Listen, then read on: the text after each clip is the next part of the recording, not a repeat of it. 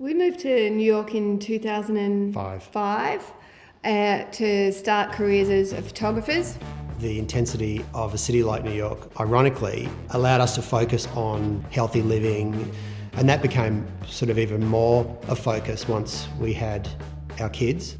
It was after the birth of their second son that the financial crisis hit the photography industry, and Rachel, who was previously a dancer, and Justin, a pharmacist, had to look for a new career path.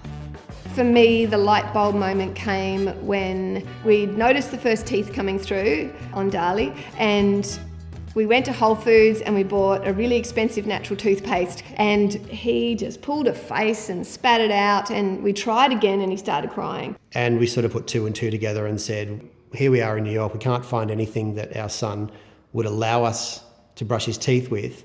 And we thought, if it doesn't exist in New York, then it doesn't exist anywhere. And we thought we'd give it a go.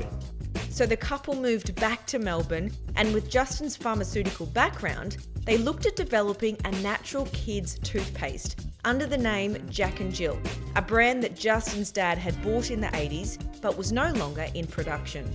So yeah, we basically dug out the old equipment, restored machines, got the machines going and made the first 50,000 tubes of toothpaste ourselves.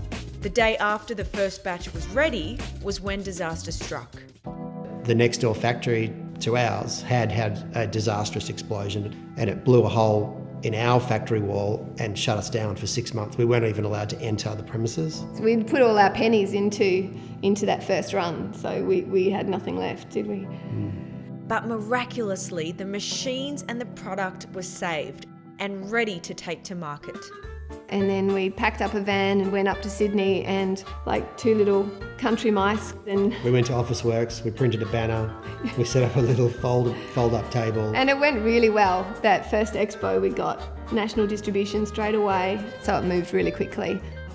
After running the Jack and Jill brand from the front room of their house for the first 3 years, the company has now expanded with 20 employees and over 50 products in 50 countries. And now, their latest family brand, NFCO. No, it should be consistent, definitely. Yeah. Thinking and making toothpaste, we still, even for adults, couldn't find one that we felt was really spot on in terms of the experience of using it and how well it works as an alternative to a traditional toothpaste. So with NFCO, we wanted to make it the classic mint experience, and it also foams, and it's really high in xylitol, so it's an effective toothpaste as well. With an environmental focus, Justin and Rachel decided to make biodegradable toothbrushes from cornstarch. So after production, this is where the products are brought in for QC and testing. Lots of people love the idea of eco, and they want to support environmentally friendly products and brands, but if it doesn't behave in a traditional way that plastic behaves, then they have no patience whatsoever. So that's been one of our big challenges over the time. Not only is it good for the environment, but made locally.